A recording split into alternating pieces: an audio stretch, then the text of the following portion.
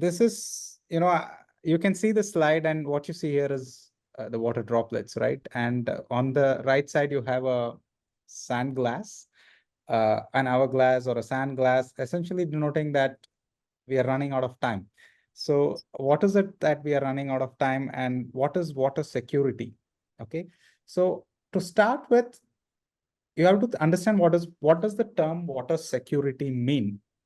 I don't know how many of you are aware what the term means. Usually when I see the participants in person, I ask them for a show of hands, but I will just give you a few seconds to think this through. What does water security mean?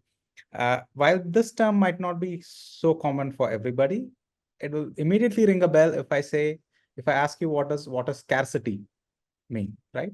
Everybody is aware of water scarcity because we see a lot of news about it. We hear it quite often that we're running out of water. So water security, in simple terms, is the opposite of water scarcity, right? Water scarcity is us being in a situation where we are running out of water. We don't have enough water supplies, or at least clean enough water, safe water supply. Water security is the opposite of that. Water security means supplying the water sources, right? Securing the water sources, water supplies, so that we have enough water for all activities, that we want to do. So activities could be, consumption of water directly by us, which is by humans, it's domestic activity, drinking water, cooking, showering, bathing, using it for, cleaning.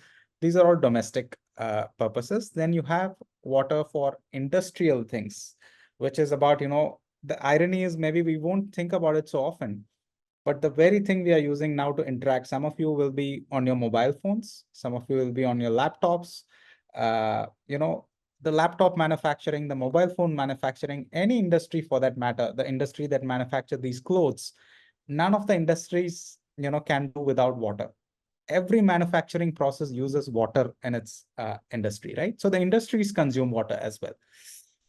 Besides that, the major source of water is agriculture in India. India is an agrarian economy, as most of you would know.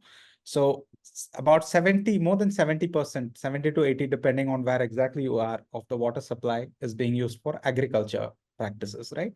So I want you to take these three things key. Besides the environment, when it comes to man-made, human activities, we consume water for three different sources: industries, agriculture, and domestic, right? All of us can relate with domestic, but remember, everything that you use, literally, if you have a cup in front of you, or the clothes you wear, or the laptops we use, any industry uses water. Okay. So now let's think a little bit. Why do we need to have water security, right? Think about it. Earth is a blue planet. Is everyone aware of that? Right? So Earth is a blue planet because of the water supplies we have. 70% of the surface of the Earth is covered with water. Now think about this. When the Earth formed, a few billion years ago, the water we had on the planet, the water that made us a blue planet, has that water really changed, over time? So think about it. When we had, when the Earth formed, we had, let's say, whatever tons of, water we had, million tons of water we have.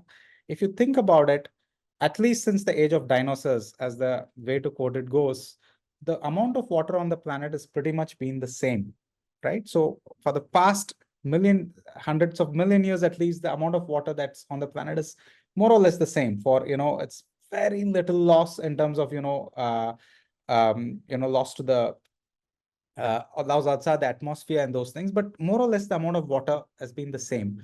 So when we say water scarcity, where has all this water gone? So think about it for a moment. It's not that the water has gone out of the planet, right? The water is still in the planet. So we still have the same amount of water in terms of quantity. So when we say water scarcity, you have to think that it's not just the quantity of water, it's also the quality of water, right? So when we say water scarcity or securing the water supplies for water security, it's not just the quantity of water, but also the quality of water. So here is why we need to, think about other ways of securing water supplies, because the amount of water is the same, but we pollute a lot. right? We pollute the sources of water, and that leads to deterioration of quality. So let's start with the picture as to, can you see my screen? Just checking. Right, to Yes, start Prashanth. with, yeah, Yeah. to start with, where is it that we get the water from, right? We get it from different sources. It could be from surface waters like rivers. It could be from groundwater. So what you see in this picture is, a tanker lorry, digging into the ground and getting water from the ground. And so you have bore wells, right? So you dig groundwater out. You have surface water. Nowadays, you have a lot of technology for converting seawater into fresh water, right? So these are some of the supplies for water, and we are overusing them, right? Over exploitation. So that's one of the reasons. So you have to keep in mind that that is one reason why we are, there is always you probably all of you are aware of the water cycle, right? So you have water evaporating, water condensing. So you have rainfall coming in a certain area, and that usually is enough to, supply us for water for that region.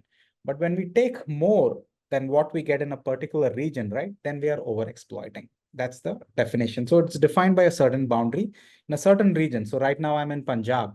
So if I get a certain amount of rainfall every year, but if I'm taking more from the ground, right, because the surface is polluted, then I'm over exploiting the groundwater. Okay, so that's one. Second is wastage. So even before the water reaches the consumers, right, or if reaches before the customers, which could be you and me if it's a domestic water, it could be, industries if it's an industrial activity that needs water. There is a lot of wastage before the transmission has reached its final destination. It's called non-revenue water loss, because they don't even generate a revenue because it's not even reached the desired customer, right? So there is a lot of wastage in between. And also in our households as well, or in different places, you see that water is dripping from the taps. There is, a constant loss of water there. So over exploitation is one, wastage is another reason we are here. Third is, like I said, it's not about the quantity, it's also the quality. It's a big reason. I think in most cities in India, also when I cross here in this city, right now in Mohali, there are streams like this where you do have water floating, but it's very badly polluted, right? The water quality is really bad. So then you have a challenge with the pollution. So this is one more reason. So what do we do? So this is just to set the context. This is why we are having water scarcity. In a certain region, we are over exploiting because we are consuming a lot more than rainfall or natural supplies can replenish in that region. Second is we are having wastage, and third is we are polluting. So some of the things we do at research centers. So I'm put up with a Center for Water Security at my university. We are looking at new ways to generate water, right? When we say generate water, we mean reuse, recycle. So one of the sources could be, for instance, can we convert this dirty water, polluted water, right? Can we treat it and reuse it? That is one. There are, of course, many other researches going on. I have had colleagues who have been working on trying to condense water in desert. So you have water that's in the atmosphere, in desert regions or in very arid regions where there is a lack of water supply. Through normal sources, can you condense the water droplets and get water out of it? It also is happening in certain cities in India. I think IIT Madras has also been working in this direction. So we're looking at alternative sources of collecting water. But very one common research idea is to how can we maximize the polluted water and reuse it, right? So that's one thing we look at. So can we recycle and reuse the water? So for doing this, first you need to understand the problem a little bit better. So we say water is polluted, but what is polluting it? Where is the pollution coming from? And again, you just need to look back at the different uses I told you about water, right? So if you think about it, industries, agriculture, and domestic, these are the three sectors which use water. So what you see here on this slide, as you can probably make out by the color of the water coming on the left hand side, this picture, is it's coming from an industry, likely a textile industry, because textile industries like what I'm wearing, I'm using a red color dress. So they use red dyes. You have other colored dyes they use. And if it's not treated properly, it's discharged in the environment. So that's industry's one source of water pollution. The other is like you see on the right-hand side, someone's doing farming or agriculture, right? So quite often it's normal to use pesticides on these places. And if the pesticide then is, used over excessively, then it also percolates into the groundwater. It can run off on the surface water. So the water is also contaminated with pesticides, or excessive fertilizers is also a problem, right? So that's another source of pollution. And then the other source is we for domestic purpose, right? What we use. This is a very important picture, because what this picture shows is a situation that's happening in a lot of cities in India. So you have these high, tall rise buildings, which is a gated community, right? But to support these communities, you have people coming from, peri-urban areas, or, in the city, not exactly rural, but slums, let's put it that way. So a lot of workers come from these areas, and it's in the face sort of situation, because people inside the gated communities, which could be you and me, or anyone else who's put up in such apartments, we do get fresh supply of water.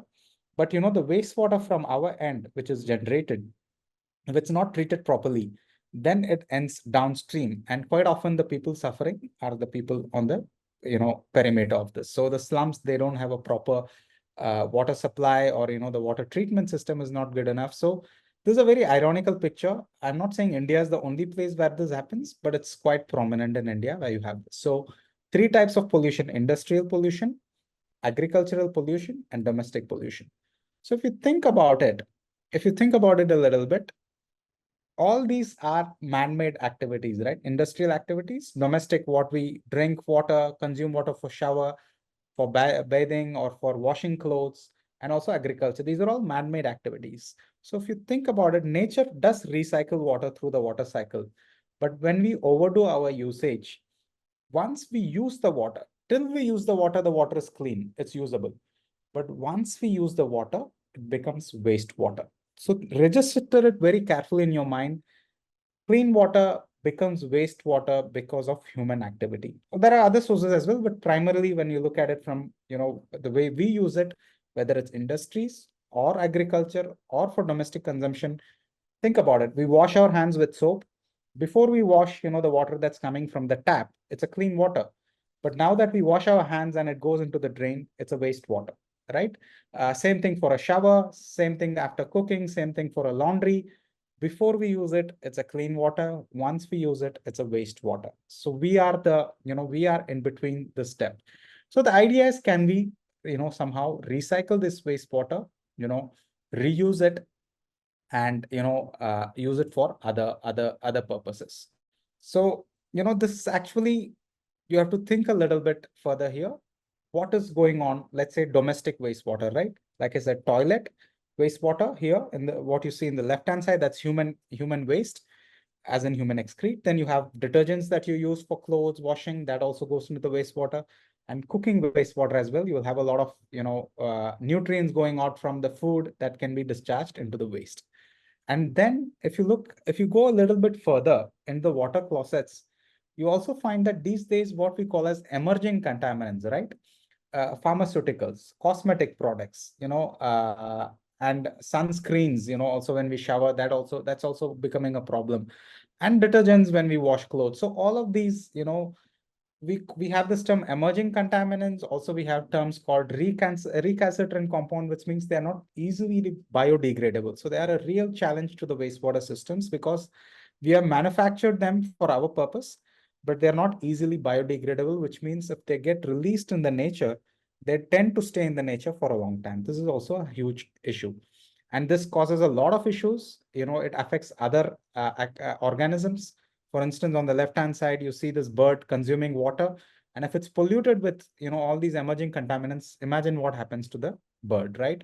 And then on the right-hand side, you see a lot of pathogens also coming up. We have something called antibiotic resistance. I don't know if you've heard of this term, where, humans consume a lot of antibiotics because we have certain, issues, health challenges, and then we take antibiotics. But when you overconsume them, this antibiotics gets released in the water. And this is a huge challenge, because the natural bacteria, which was there in the ecosystem, right, they develop a tolerance towards antibiotics. So they develop an antibiotic resistance. And over time, this spreads. And this is again a catalytic, it's a feedback effect, because once we get exposed to these bacteria again, either when we drink water or wash ourselves with this water, then the same dose of antibiotics will not work, because the bacteria have become antibiotic resistance. So just like any other drug, we might have to take more and more of these antibiotics. So we go into this feedback cycle, right? And that's where we have to work with also sewage treatment plans, wastewater treatment plans, and keep coming up with different innovative technologies. So a lot of research focuses on how to, get rid of these, especially these emerging contaminants, this recalcitrant compounds, and also, things like antibiotic resistance. How do we stem them off at the sewage treatment plants? So, we have clean water. So the idea is, can we recover a lot of things? Think about it. Industries, agriculture, domestic, right? The wastewater is coming from these sectors. Can we recover something from this and reuse it? I think I'll stop here. Michelle, there is a lot more to show, but I think I would like to have a discussion here. Hopefully, this has given you a little bit of a teaser, and then happy to engage more with you and discuss more. But the idea I want to sum up with is the amount of water on the planet has been the same. It's not that in terms of quantity, we are any short of the water than the water that was available when dinosaurs were around. But overexploitation, wastage, and pollution has led to water scarcity. So we really need to work on water security. And we are having a lot of emerging contaminants also coming, which is making it very challenging for us. So a lot of research focuses on, going beyond the conventional contaminants. Can we try to get these emerging contaminants treated, and can we recover anything and also reuse this water, right? Even recovering the water is a recovery. Water is also the biggest resource here. So with that, I will stop, and I'll be very happy to engage with you on questions or on discussions. Yeah. Okay. So thanks a lot, Professor Prashanth. And I'm sure audience would have, including me, we have got a lot of insights. We would request you to please either put your questions in the chat box or Q&A box, or maybe raise your hands. We'll unmute you and you can ask your questions directly. In the meanwhile, while audience type their questions, I have a question, Dr. Prashanth, that is, Sure. Climate change and pollution, we hear, has been one of the biggest challenges that we are facing. This also includes melting of glaciers and because of extreme climate conditions. Right. How do these affect the water scarcity that we are facing today? Yeah, fantastic question, right? Because it's a very pertinent question, especially in the light of climate change. First of all, it's important to understand what exactly people talk when we talk about climate change. Climate change in general is a broad term that could be anything, that affects the climate. A lot of times the climate change talk goes around global warming, CO2 emissions, which leads to even a small temperature increase, right? So think about it. When you have a temperature increase, I don't know if people in the audience have had the experience of being in the cold weather or in the warm weather. But just as an analogy, I used to say in Sweden and then in the Netherlands for a while, Sweden was extremely cold. In the winter time, the temperatures would go to minus 20 degrees, where I was, in other parts even lower. So the skin would become very dry, right? So in very cold weather, the skin becomes very dry. So I want you to think of the reason why is the skin becoming dry in cold weather? That's because water exists in the atmosphere. So when we are, when in this room that you are right now, and I'm having a conversation, there is of course, there is water in liquid form, but there is a lot of water in the air, right? So there is a lot of water in the air. And as per the physical properties, when the temperature drops down, the amount of water that the air can hold comes down. Thus the air becomes dry, and that's why we have a dry skin. Now think about the converse of this effect. When the temperature goes up even a little bit, the amount of water that the air can hold increases, right? So that's what happens in humid weather when it's hot. Exactly. So if the temperature changes, the amount of water that can be held in the atmosphere varies. And because of this, the whole water cycle shifts. So the rainfall pattern gets disturbed. In some areas, there is a lot more rain, because a small increase means a lot more capacity of water in the atmosphere. And, also the atmosphere travels through the winds. You have the, La Nina and those effects as well. So a small change in temperature affects how much water can be carried in the atmosphere. And as a result, the water cycle gets shifted and you have more rainfalls in one region and droughts in another region. And this really disturbs the pattern. Does that answer your question, Shah? Exactly. That's what I wanted to hear. Thank you so much, Professor Prashant. Do we have any other questions from the audience? Maybe a show of hands who want to ask a question, or maybe if your question can come in the chat box, we'll be more than happy to answer it. You can ask me anything on water. If I'm able to answer, I will let you know. If I'm not, I will have to, tell you, I'll have to get later. Perfectly fine. I'm just waiting for the audience to maybe come up with a question. Maybe I'll put a question while we are waiting for them, and people can Yeah, yeah. Please put do, it in please that do. put it in the chat box. And please don't look up the internet, but think for yourself. When Exactly. we talk about domestic water, how much water do you think we are consuming on a daily basis? Think for yourself and put the answers in the chat box if you want. Don't Google it because that will spoil it away, but just think because it's something you consume every day, right? Think about it. How much water do you consume on a daily basis?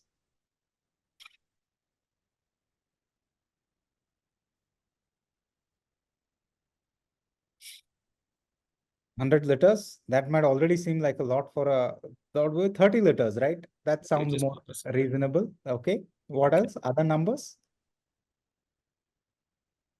200. 200. Wow, big. Okay. Per I person. wish we had that amount of water available Yeah. with us. Yeah. I mean, we'll look into this, but indeed, it's interesting, right? We never think about such numbers, but you can all 15 to 20 50. liters, 300 liters. Wow. Okay. What else? Cities can use it lavishly. That's true. That's true, right? 20 Like liters. 20 liters. Okay. So I'm talking about domestic water, right? What we use Yeah. on a daily basis. Okay, 25 liters. Fair enough. And I think PG had a point there, varies from place to place. You're absolutely right. As with most things, it is context dependent. I've been to the States and in the US, I've seen a lot of resources being consumed at a very big scale on a per capita basis, whereas in certain low resource settings, it becomes very hard to, consume so much. But okay, uh, I will walk the answer with you. But thanks for putting in some numbers there. I've seen some slums on limited bucket supplies. I completely agree. Exactly. When I was young, I'm from Chennai originally. I've been in a situation where we didn't have water in the house and we had to wait for the tanker lorry to come. And we would, as kids, hold buckets in our hands and go there for our supply of water for our household. So I've been in that situation, and it's true that it still happens in a lot of regions in India. But think about it. When I say domestic water, I mean water that we consume on a daily basis, that we use, in a household on a daily basis per person. So let's start with drinking water, right? That's the most obvious. How many liters of water do we drink, you think? Usually 3 to 4 liters is recommended. I'm a runner. I love doing sports, so then I tend to take a little bit more. But let's say 3 liters, 4 liters of water is what you drink. Then imagine we also need water for cooking, right? So let's say another 1 or 2 liters of water goes for cooking. Okay. Uh, Washing your hands, maybe a few liters, brushing, washing those things, a few liters. Let's move for water closets, right? When we flush, when we flush our toilets, do you know how much water is consumed there? Depending on the flush, it can easily be 15 to 20 liters or even more. That's why we also have a small push versus a full push option under the flush, right? Then you have the washing machines. Even if you don't use it daily, you can average it out. Every time you put a lot of clothes in the, fill the machine, easily a lot of machines these days consume 40 to 45 liters, right? So even if you use it twice a week, you can average it out. Now comes the biggest culprit, which is a shower, right? If you have a good shower, if the shower is too much of volume, then it's even more. But if you have a good shower, you're consuming, how much? 10 liters per minute. So if you take a shower of 10 minutes, all right, that's already 100 liters of water gone. So when someone said 200 liters, that's close to the number we use. Actually, we never would have thought about it, but actually it's pretty plausible that per person, if we have tapped water supply available, like in the gated communities I showed in the picture, we can easily end up consuming about 200 liters per person per day. Whereas if you go to a slum, which you rightly said, they might not have enough, they might not even have piped water connection. So they might be consuming somewhere around 50 liters max a day if they get, and that too, I don't know what level of purity the water is. But per capita, it's pretty common. We can consume anywhere between 150 to 200 liters water per person per day. Now think about it. If you reduce the shower, right, by 5 minutes, correct? So then you're saying saving about 50 liters per day per person. So my point here is sometimes it's important to think about the numbers, because all of us know that, we consume water, but sometimes thinking about the numbers start making us think on, can we cut down on certain things? Can we save on certain things? Can we, not use the full flush all the time, but instead use a half flush? Can we use taps, that have a lower flow rate? Can we use shower heads? This 10 liter, I'm still being on a conservative side, 10 liters per minute. There are some shower heads I've seen in hotels where, it is such a big flow that usually you can go 20 liters per minute. So we can start thinking of ways to save water, because remember, till it reaches us, it's somehow been clean water.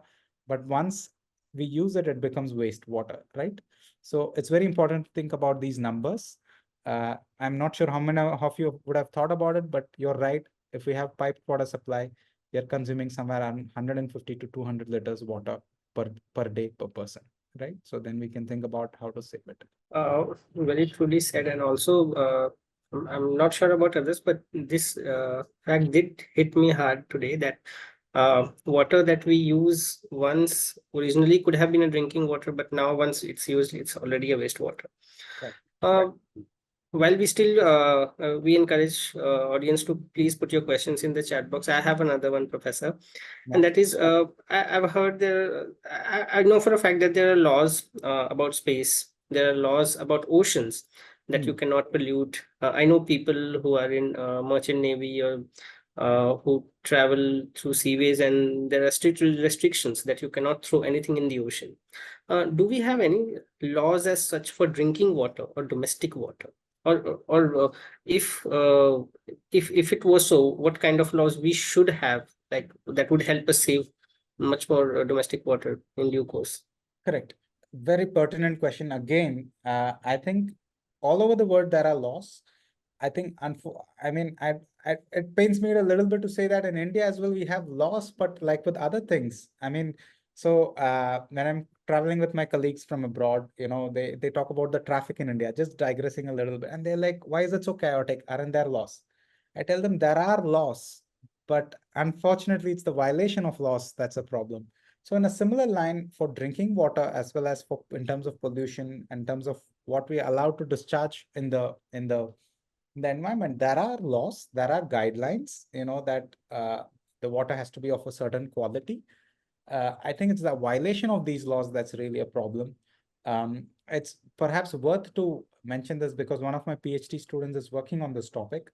There is something in industries in India called the zero liquid discharge policy. Yeah. This came about because a lot of industries were around the Ganges region, right? Around the river Ganga. Yeah. And the government had made a very clear guideline that you can't pollute the river. Ganga is a sacred river by Indian, in the hearts of all the Indians, right? But the industries, because they have to cut costs, that's at the bottom of it. It's money is at the bottom of it. Because of cutting costs, they discharge polluted waters. The government really got annoyed by this. They didn't have it in them to monitor every single industry. So they introduced a policy. And because you asked me about the question, what sort of laws are required, right? So we need very stringent laws like this, which is called a zero liquid discharge policy. As the name suggests, zero liquid discharge, which means in the industry campus, you use whatever water you want, you pollute it, whatever the process is, but you are not allowed to discharge one drop of water outside the industry campus. Otherwise, you'll be fined, right? So it's up to you to now treat and reuse that water, but the government doesn't allow you to even discharge one drop of water because it simply doesn't trust you, that you're doing a good job. There are companies, industrial regions in Europe where it's not needed, where they say this is the guideline. The monitoring is way more stringent there. So the industries comply with the guidelines and then they are allowed to discharge the water because they treat it to that level. But in India, since there is a lack of trust and it's been shown that industries just breach the policy, they've introduced this policy called zero liquid discharge policy, which means you contaminate, but not a single drop should go out of the campus. You treat it and you reuse it, whatever you do. So we need, I think, if you ask me what sort of policies are needed, some stringent policies like this are needed. But that's not to say that researchers can't help there as well, because my PhD student, she's working on, zero liquid discharge policies. What are the technologies we can bring in that can still enable this policy, that can still allow water to be reused, but in a cost-effective manner so that industries can adopt these technologies, right? So that's a research area. So we do have, to summarize, we do have guidelines in terms of water quality. It's the violation of these guidelines that's often a problem, in which case the government is unfortunately, forced to take more stringent measures, which will be I think it will become the norm as we go forward. So also it has to be more on a personal level rather than expecting governments and institutions to abide. It has Absolutely. to start from the individual. Like they It's say, each drop counts. contributes to make it to the ocean. Absolutely. We have, Yeah, sorry, go ahead. please continue, sir. I think it's a very cliche statement, but still it's worth repeating it. It has to start with the man or the woman in the mirror, right? Exactly. And for it to start with us, that's why it's nice to have some data. We always say in the university, Plaksha is a data driven. So always back yourself with proper data so that you have an understanding where exactly you can intervene. Like the 200 liters per day, like Exactly. a shower is a huge guzzler of water. So once you know this is where that there is a possibility reduced, then it helps you act accordingly. So it's always important to back yourself up with scientific data and then start with yourself and see where is it that you can contribute. Exactly. We have a question from Mr. Subrito. This is, how can we make ocean water useful for domestic, agricultural, and industrial purposes? And Yeah. if there is a way that we can do it. Yeah, sure. I'll get to that. I also saw on top of that, someone has put, I think Sanaya Vadia has put that there is a liquid that dropped in tons. Is this readily available? I don't know what specific liquid you're talking about, but there are chemicals, that Yeah. allow to clean water. So we usually this mechanism is called precipitation. So you have two liquids, and once they mix, it brings it removes the dirt and lets it settle down. Usually the process is chemical precipitation. It could be flocculation, coagulation. People use iron chloride, aluminum chloride. You have polymer solutions that can do it. But I must tell that, it's not advisable to do this in a huge scale, because if you drop tons of this liquid or, in a huge water body, even if you have tons of water, you need a lot of chemicals at that scale to make this happen. So usually this form of treatment is better in a more controlled setting. If it's a more open setting, then it's better to avoid chemicals and focus a bit more on physical processes like filtration, right? Or membrane-based process, so that we don't pollute. So that's one. The second question, like you pointed out, Vishal, is how can we make ocean water useful? Um, Ideally, I would say we should not touch ocean water, because, we have enough fresh water on the planet through the water cycle. If you look at the stats, right, every year, maybe the number is a bit hard to grasp, but just think about it. Every year, we get about 45,000 kilometer cube of water through rainfall. So just to give you an idea, 1 meter cube is 1,000 liters. So 1 kilometer cube is, 10 to the power 9 of that, right? So it's a huge amount of water that is falling every year on the planet in the form of rainfall. And this is what is fresh water, right? This is the water that's getting recycled and that ends up in the ocean, and then it evaporates and the water cycle repeats again. So that we have enough water through rainfall. But due to the reasons that I pointed out, overexploitation, pollution, wastage, this is not being sufficient. If we manage the water properly, this water that's coming through the rainfall annually is way more than enough for us for all our purposes, agriculture, domestic, and industrial. Even when we have about a 10 billion people, the amount of water we will use and the amount of water we get from rainfall is way more than enough for all the purposes, but we don't manage it properly. Having said that, so ocean water is not a desirable thing. The reason being, there is aquatic life. It's a very salty water. It consumes a lot of energy to make fresh water out of ocean water. Technologies have improved a lot, absolutely, but still it's very energy intensive. So it requires a lot of energy. And if the energy is not coming from a clean source, then we are again contributing to the carbon emission, global warming, climate change, whatever term you want to use. B is the process that's currently efficient to do this, or let's say rather more efficient, but it's still energy intensive, is reverse osmosis. You guys must have heard about RO, reverse osmosis. So the way it works is you pass the water through a membrane and you get clean water on one side, but then the dirty water gets, or the salty water gets, concentrated on the other side.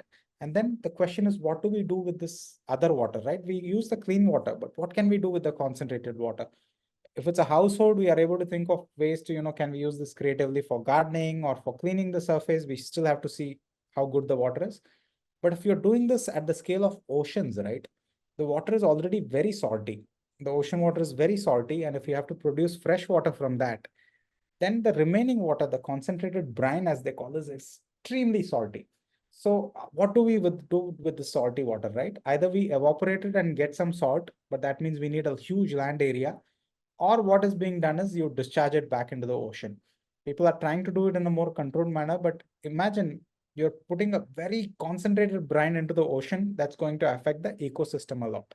So to answer your question, uh, it's not ideal to use ocean water for our purposes. I would still say we should be better at managing our freshwater resources. But there are certain places, like, if you have a very arid region, if you have an area where there is very little rainfall by default, if you have a region where there is hardly any surface fresh water, right? Like I think I see the coming Cape Town has been mentioned in the upcoming comment. So in certain conditions like that, there is no other go than we have to use desalination to make ocean water. So there are a lot of technologies making headway into that. But ideally, I would say in other places where if we have abundant supply of clean water rainfall, we should look at managing the fresh water efficiently rather than using ocean water. Right? That is the point. And the biggest source of fresh water, as already mentioned, is we are anyways getting the rainwater from water cycle, Correct. and the best way to use it is through a rainwater harvesting. And I guess the next question is already on the similar lines, that why are simple techniques like rainwater harvesting are not common in India as such? Right. Uh, that's a good question, right? I would not say it's not commonplace. It is becoming a norm in most places. I think in a lot of states, I think the government has mandated that even if you're constructing a new house or even your existing house, they have mandated to make a rainwater harvest pit. At Plaksha or other institutes or other gated communities is now a norm. It's required by the policies that you need to have rainwater harvesting. So I think I wouldn't say it's not becoming more common. It's becoming more common, but it's still true that in a lot of places they do it just for the sake of legislative things, and they don't put a lot of thought into how to best reuse it. Uh, it need not just be rainwater, it could be any water. So I've seen some nice videos where people put this to use. So you have an air conditioner, and as you know, if you have anyone has an AC, you would know that the way the heating cooling cycle works, you generate some water droplets outside the AC, right? I've seen houses where they collect this water, need not just be rainwater. They can collect the water from the condensate of the AC and they reuse it for cleaning purpose. It won't be drinking water quality, but you can reuse it. So I think it's becoming more common. I think people are becoming more aware. So as to your questions, why it's not commonplace, I think it's becoming more common, and it's more a matter of becoming aware. Becoming aware. Awareness is a thing, and uh, it's also it's a very multi-dimensional thing. Water is not just with respect to water. Water has a lot of different complexities in India, and things like other factors like poverty. Where people, let's say, if you're in a region where poverty is really a thing, people would start thinking about that. What to do that to alleviate that, rather than rainwater harvesting would be the last thing Exactly. on their mind, right? So it's a very complicated thing, but like a lot of it's also a social issue is what I want to tell. It's not just a technical issue, it's a social issue as well. Having said that, I think it is becoming more and more commonplace in India. Okay. Uh, Talking about the Cape Town issue, what are the solutions for such places given they are already in extreme situation? And it's not just about Cape Town for that matter. Chennai, we recently heard, had more than 30 or 40 zero water days. Yeah. Bengaluru, for recently we've seen the water scarcity that they are going through. So Yeah. what can be this ideal problem solving thing for these cities, what they can adapt? Again, it's you rightly pointed out, right? Cape Town was very close to 0 day a few years ago. Yeah. Bangalore hit. I mean, I've personally known some colleagues and family members who moved out of Bangalore because they just couldn't tolerate that water was not available even for the most basic things. See, there are few things that's more easily in the individual control, and there are few things that's more in the government control, and there are few things that's not so much in our control, like the weather. Of course, it's still by playing with the climate change, by keeping the carbon emissions down, we can still influence that a little bit. But let's start with the individual things, right? Individual things is, can we conserve water in everything we do? So it's an awareness thing. Think about, even if you save 1 minute of your shower every day, right? That adds up to a lot of water through the year. So at the individual level, I think everybody knows. I don't have to repeat it. save water while washing, use taps that have, bubbled water so that you get the feeling that you're washing. At the same time, you're not using a lot of water. Time your shower. So recently, um, I was in a hotel in the Netherlands. I was there last month for a trip, and then they had a flow meter in the shower. So, seeing is believing, right? So when I took the shower, I could see the values increasing, like how much water I was consuming. And at some point, I'm like, oh my God, I have to stop because it's too much water I'm consuming, right? 10 minutes is already 100 liters. So sometimes, having just data, visual data, everybody's aware, but sometimes having something visual helps. It's a little bit like when you want make any sort of lifestyle change. If you want to reduce your weight, for instance, right? Fitness. It really helps to have a weighing scale because that shows that, you're making progress, that gives you something to compare yourself against. Same thing with water. At the individual level, start measuring things, start putting some meters, note down where you're consuming your water, and automatically, I think that will start playing on your mind. At a community or at the government level, what needs to be done is we have this concept called net zero water. So net zero water campus, you might know what is net zero energy, reusing the energy, not using new supplies of energy. In a similar way, net zero water means whatever water you are using, can you reuse it? And can you use that and the rainfall and not depend on any fresh supply of water, right? So whatever water you use, you consume and you reuse again. So you don't, so it's balanced. So it's a net zero consumption. So you use something, but you reuse it, right? So it's a net zero. So the difference is zero. So that's an idea that's being followed in a lot of communities. So I think slowly we are heading into that direction where, initially we are thinking wastewater reuse is a good thing to do, but now we are heading into a direction where it's becoming more and more that a must thing to do. So to answer your question, I think places like Cape Town, Bangalore, I think already would have seen in the news, there are a lot of startups that, are promoting wastewater treatment and reusing this wastewater for a lot of uses. I think this has to be done.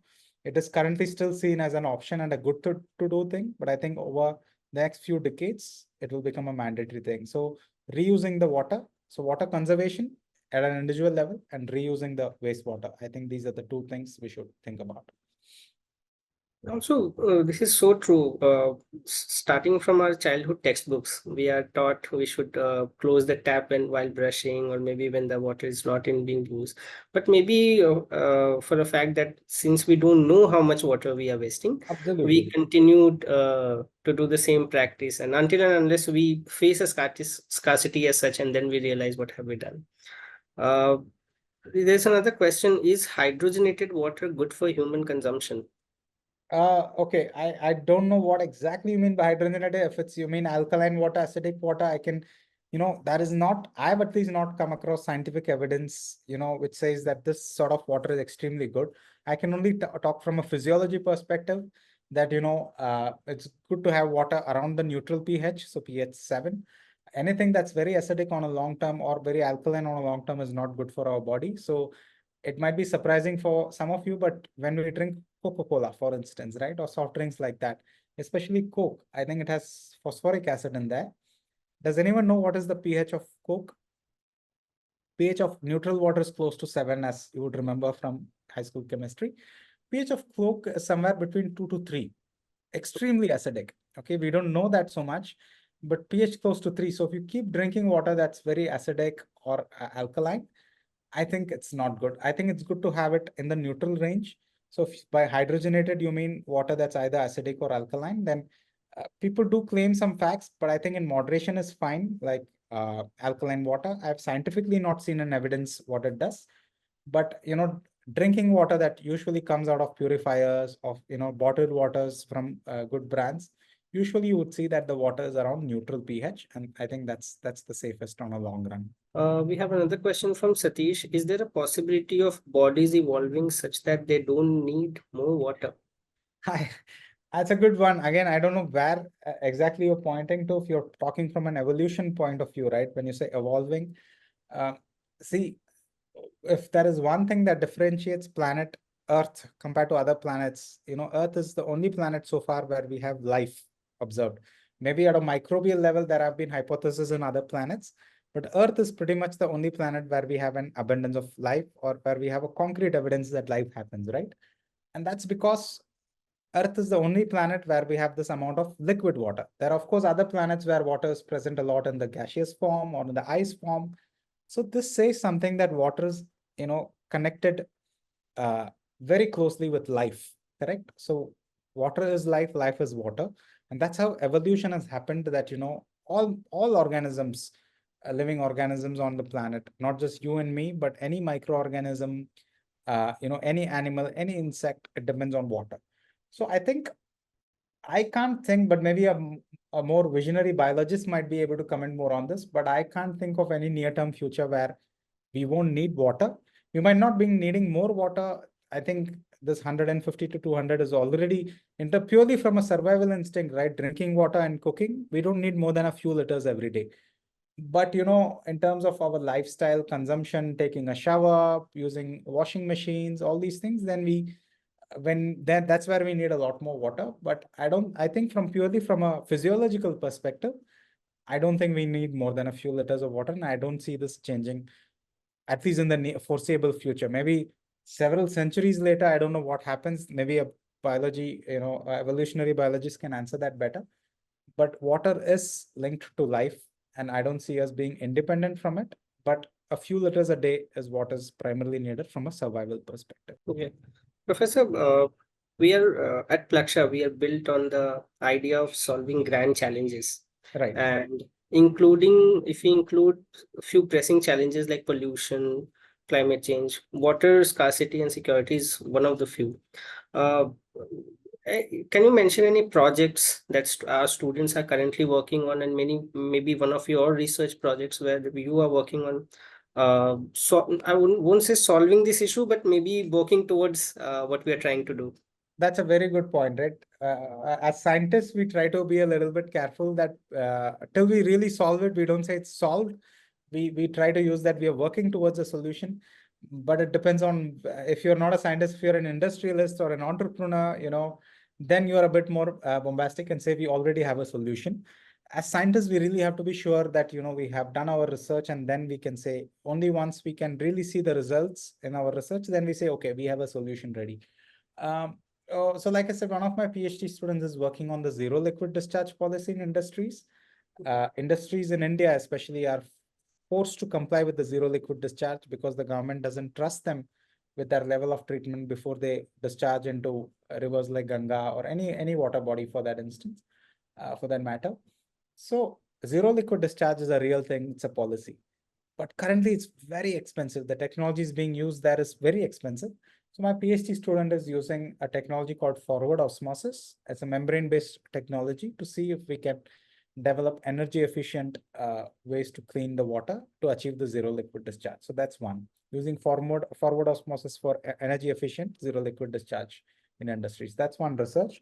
There is some research going on. This has been going on for a few years in the Indian ecosystem in general, in the world as well. And in Plaksha, you're also pursuing it, is using microalgae. Microalgae are photosynthetic organisms, just like plants. They use sunlight and they can capture carbon dioxide. That's what differentiates plants from humans, right? Or any animals. We consume food for energy. Plants can use carbon dioxide from the atmosphere for producing food, right? So microalgae are photosynthetic organisms like plants, where they use sunlight, they capture CO2 from the atmosphere, and they can treat wastewater and also even produce resources like biofuels, bioplastics. So we use them for wastewater treatment, with the added advantage that they can also mitigate climate change because they capture CO2 because they are photosynthetic. So that's a research that we are pushing, microalgae for wastewater treatment and carbon capture and resource recovery. Besides that, we are also working on a lot of techniques for monitoring water quality. One of the researchers is about how can we use easy to measure parameters, like, certain parameters of water quality can be easily measured by sensors, pH, temperature, total dissolved solvents. There are sensors are readily available, but there are certain parameters like chemical oxygen demand, biological oxygen demand, which are important parameters indicating the water quality, but they are harder to measure either in terms of protocol or either in terms of, the time taken. So we are thinking, can we develop models, where we can monitor these easy to measure parameters and use that to predict the harder to measure parameters. So we call it as virtual sensing or soft sensing. That's one area we are looking at. So water quality monitoring, water treatment and resource recovery, and energy efficient water treatment. These are all some of the topics we are working at. Okay. Thanks, Professor. Do we have any other questions from the audience? You can raise your hands and we can mute you. You can ask your questions directly. We have one from Sanya, that is only 3% of water on Earth is drinkable from the source available from the Earth. In this situation, how can we increase or protect the macro system of the Earth? I Right. guess. Yeah, I can take that if I interpret it. I mean, I'll also take the question about that. Someone asked about sparkling water. The question is, answer is very similar to hydrogenated water. Sparkling water usually has carbonated water, it's a CO2. Some people like the taste, some people hate the taste. I think on a, sparkling water is not dangerous or something. It just leads to maybe problems with burping in some people. I can't say it's better than regular water, not. I don't have any evidence scientifically to say it's better than regular water, but it's also safe to consume. For instance, if you go to Germany, it's pretty normal that I've had this experience. If you go to the supermarkets or in the train stations and you ask for water, they just give you sparkling water. That's that because they like the taste, I presume. So it's not dangerous for us because the CO2 is dissolved there and it just, over time it just gets into the gas phase. People like that taste, but I don't have any evidence to say that it's better than regular water. So you can consume it if you like it, but it's not that it's going to give you a health benefit or something. Sanaya Vadia has talked about 3% of the water is drinkable. Very true. 97% of water is seawater. Only 3% of it is fresh water. And actually, even out of this 3%, only a very small percentage, I think less than 0.1, is accessible for us for our activities, right? A lot of it's stored in very deep into the ground either, or it's stored as glaciers in the mountains where it's very hard to get for us to access that sort of water. So out of this 3%, only a small percentage, a way more smaller percentage is readily accessible for us as water. And but like I said, this water is what gives this annual rainfall. That's actually, when we say 3%, it feels like a small number. And when I say a much smaller percentage of it, it feels like an even smaller number. But if you think about it, the amount of water on the planet is in the scale of millions of kilometer cube, that even a smaller, very small percentage of this is way, way, way more sufficient than all our needs put together. So we don't have to worry about water not being there sufficiently. There is enough sufficient water for all our activities. It's just that we need to manage it properly. So you're right, small percentage of the water is usable, but that's more than enough. We just need to manage it better. And if we manage it better, we don't disturb the ecosystem, the environment, then, we protect the systems as they are. Thank you so much, Professor. Do we expect any more questions? We are almost close to the time today. If we have, we can quickly just answer them. I guess we don't have any more questions, Doctor. Thank you so much for your time, Professor Prashanth. It was a great session. I'm sure the audience has got a lot of insights on a important as well as a serious and a pressing issue. Thank you so much, everyone, for joining. Thank you so much, Prashanth. And thank you so much for everyone. And thank you, Vishal, for putting it in such a nice way. And thanks everyone for posting your wonderful questions. I hope the discussion was, useful for all of us, including myself. Thanks everyone. Thank you. Thank you.